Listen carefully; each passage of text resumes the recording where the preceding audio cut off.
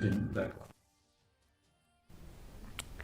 Menteri Ketenaga Bording UIT Mondal ulapin pau ke Sibaar ba ke Sorkar jela kadang treating bad pentikna bakan penmi ke projek Bording ha ke wak Kynshi. Kani ke jengkran ke long hadian ke jeng kedua bat ke kinhon na ke Joint Committee of Local People on the Kynshi Hydropower Project. Kebelapan jeng Shai Halor ke jeng temu jeng ke Sorkar ban penki imbiang ya ke Kynshi Hydropower Project Stage 1.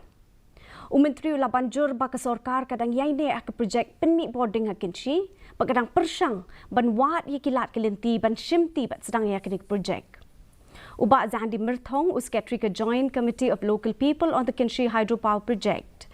Ulapan pau ke jeng angnut ke jong kinong syang snong na kabentaban sedang ya ke ka projek, ba ulapan jeng tip halor ke jeng ya chaprang jong ke ka projek.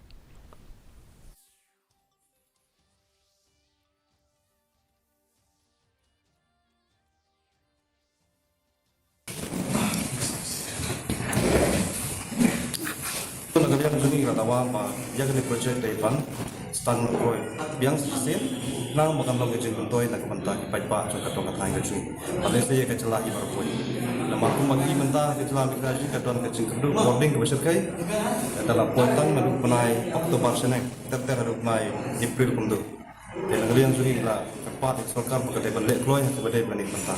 We are working vigorously to see that some power project comes into the Kynshi basin, and I am very happy that they promise that whatever cooperation is required, they will be extended. There was a fruitful discussion. We are looking forward to see that some power project comes into the basin. Ka United Democratic Party